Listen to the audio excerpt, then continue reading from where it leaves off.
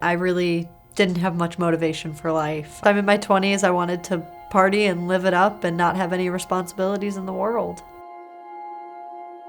Going hand in hand with the partying lifestyle, the one-night stands was typical for me. I ended up getting pregnant when I told him I was pregnant. I mean, it was in the same sentence that he told me, I want to have a kid, and then he said, I have an 8-ball of cocaine in my car, and it just kind of hit me, that I was like, okay, this is not anywhere near what I want to be raising a child with, and it just made me realize how irresponsible he was, which in turn kind of opened my eyes, and I was like, wow. This is what I've been doing too, this has been my life as well. I considered having an abortion. I scheduled an appointment and I went into the abortion clinic. They told me I was too far along to take the pill and do it that way, so they told me that I would have to have a surgery to abort my child. And I just realized that I couldn't go through with that. I couldn't kill a child like that. I wasn't thinking after that. I just tried to block it out of my mind that I was pregnant and that I had to figure something out to do. I was just in denial. I just shut down after that. So I discovered this thing called Safe Haven, and it's essentially where different locations, such as like fire stations, hospitals, and stuff like that, can take babies that people can't take care of, and they place them with different adoption agencies. And I realized that that would be an option for me, that was something that I could do to make sure that he was still placed with a family and that he was going to be okay.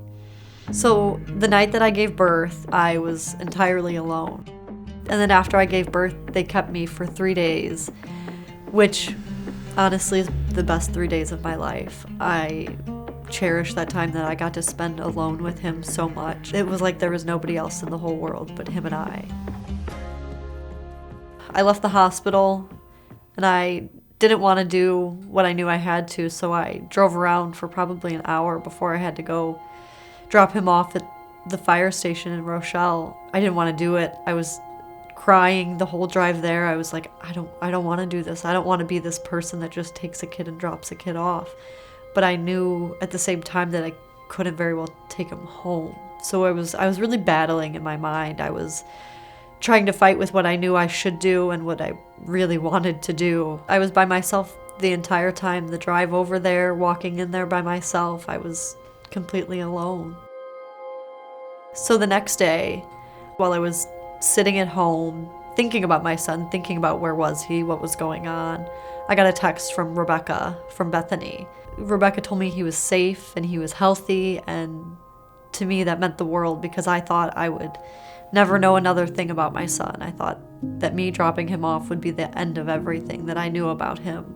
She said, you can pick his family. And I was like, okay, I'm on board. You just tell me what I have to do. I said, how do I do this? Because I want that. I want to be able to know who he's going to. I want to know where he ends up. And she said, on top of that, you can have an open adoption. You can know about him. You can get updates and see him still. You can pick a family that will be okay with you and not just him.